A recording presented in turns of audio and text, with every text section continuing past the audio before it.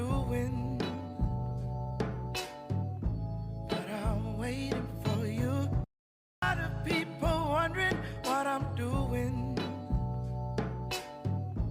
but I'm waiting for you. And girl, I waste my time and spend it on my wishes, just wishing.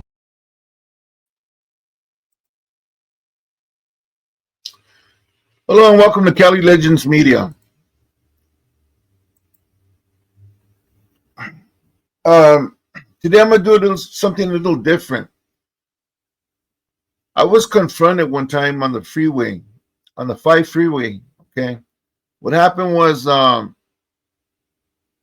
it's funny because when I left the house, the mother of my kids she was mad at me, right? And she told me, "Yeah, well, go on, get out of here, go to work. I hope you crash on your motorcycle, and I hope you die," or something to that effect, right? So I took off, right? I took my bike to work that day. And when I got to work, one of the managers there wanted some pain pills, right? So he told me to go ahead and get them. He was going to pay me the time, that it took me to go over to the neighborhood and get him what he wanted, right? So I take off, right? And I'm going down the Santa Ana freeway headed towards East Los Angeles. I was working at Downey Dodge at the time. And as I'm driving down the freeway, this big truck pulls up behind me, right? And I look in my mirror, and there's this dude driving, this big old white dude, right? Long hair, let loose, hanging. And I didn't pay attention to him at first. And then I looked in my mirror, and he was like pulling up real close to me and then going back and then pulling up real close to me, like messing with me, right?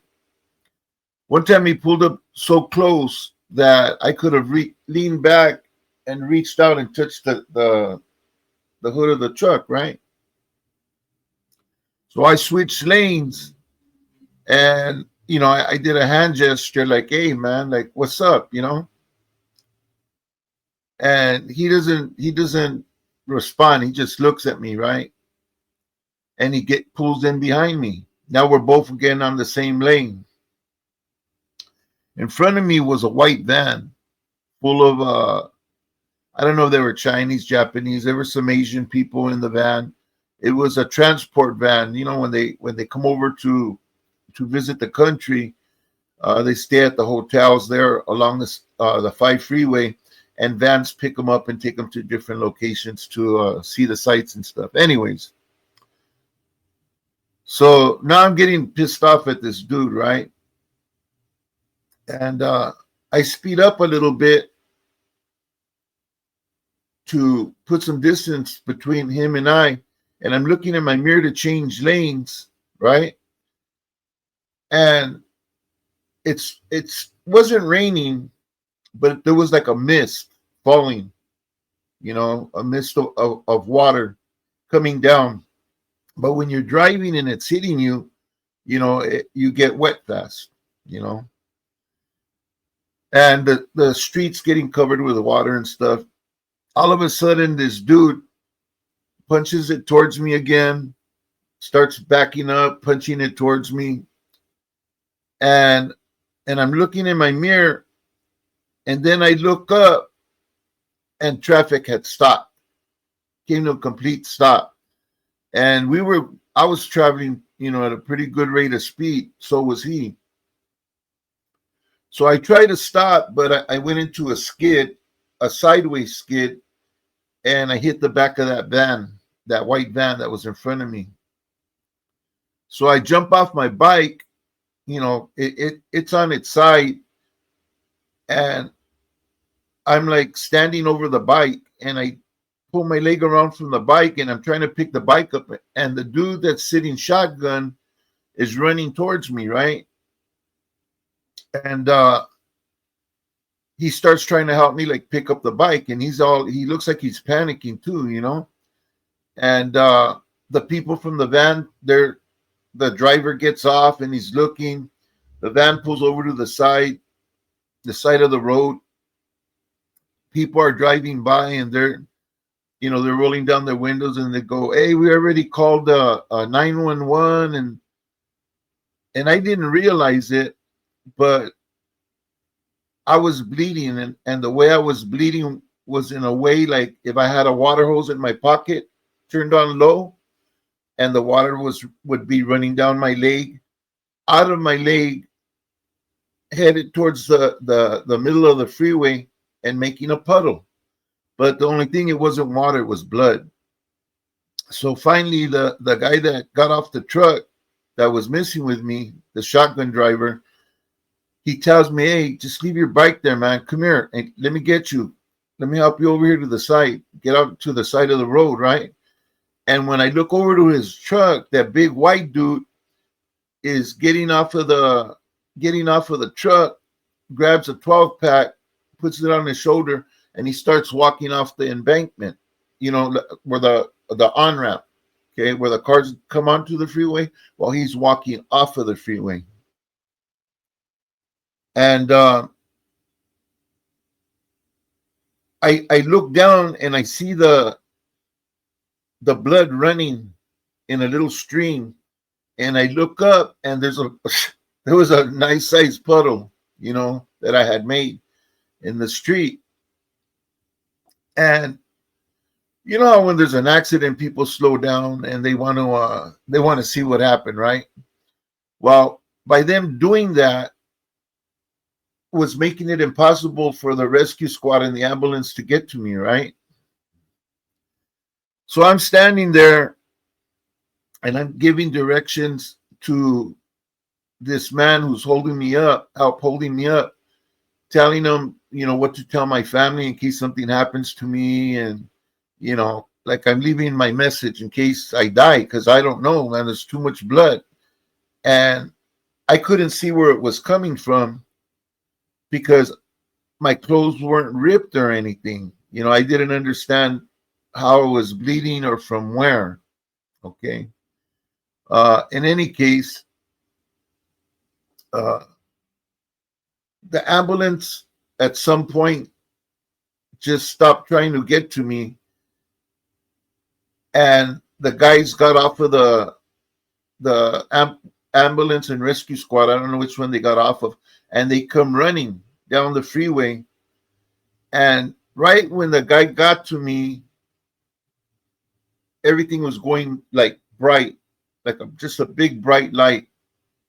And I felt him grab a hold of me, and he says, "It's all right, we got you." And right when he said that, I was out. Okay. So I woke up in the ambulance on the way to the hospital, and they were giving me plasma because they didn't know my blood type. So they gave me plasma. It looks like a white color liquid in a bag, right? So we get to the hospital, and of course they gave me something for the pain. I just woke up, and there's a highway patrol right there questioning me, right? And this is one of the points of this story, okay? Now, all my life I was told, you don't talk to the police, you never give up no information, and I was just brought up that way. I remember who was driving. I remember how the guy looked, and when he got off the truck, he was carrying a 12 pack, this, that, and the other. There was a lot of stuff that I began to recall. And this officer's asking me questions like he's trying to pump information out of me. Well, I didn't remember at the time, but this officer had given me a speeding ticket probably about 2 weeks before this accident, right? The reason why I remembered was because I heard him tell another officer, "Yeah, this guy was probably speeding and crashed into this van. He probably couldn't stop. I gave him a ticket a couple of weeks ago for speeding." You know, he's always, you know, messing around with his bike, which was a lie. I wasn't speeding, you know, but that's how they wrote it up, that it was my fault, and I caused my own injuries, right? And I didn't say anything, you know. I could have told him no. The guy that had me, that owner of the truck, he wasn't driving. He was sitting shotgun, this, that, and the other, and told him what happened. You know, and who knows? Maybe I would have got some money for the accident or something. You know, I don't know, but I didn't. I didn't get anything out of it but grief. Well, my question to the viewers is this: uh, what would you have done? Would you have made the report, or would you have just not talked to the police? And the reason why I'm asking is because I've noticed that civilians are quick to talk to the police and give them information and help them on their investigations or stuff that doesn't even involve them, you know? And just being brought up the way I was brought up, and how it was really put in my head by my dad and my older brothers and my homeboys, that you don't talk to the police, you don't say nothing. So I didn't. And and I grew up that way, you know. But I want to know what you guys think. Uh, I know what some of you are going to say, but I just don't know uh, how many would have just went ahead and made a police report on it. You know, um, that was I think probably my only encounter with some type of racism, because I believe that it had a lot to do with that. I don't think the guy liked the fact that I was low riding on a motorcycle, and you know, I don't know. He had no reason to mess with me, you know. So I just took it for that, or maybe he had a bad experience with the raza being busted, or I don't know what his trip was. I don't know what made him do what he did. What do you guys think? Anyways, part of why I told this story is that sometimes you could just be minding your own business and just going about what you got to do in life, you know, or just just going about doing you, you know, and somebody can really, really fuck your day up. You know what I'm saying? So be careful out there, people. Stay safe, and try to make the best decisions for yourself and your family. And God bless you guys, man. And God bless your families. Hope to see you on the next video. Thanks for watching. Let me know what you guys think in the comment section. I'm really curious about this. And I see people, you know, I see my neighbors and stuff talking to the police, you know, people across the street talking to the police a lot, you know, making reports and everything, you know, and uh, I don't know. I just I don't know. I feel some sort of way about it. I just don't do it, you know. I rather just try to do things myself, you know.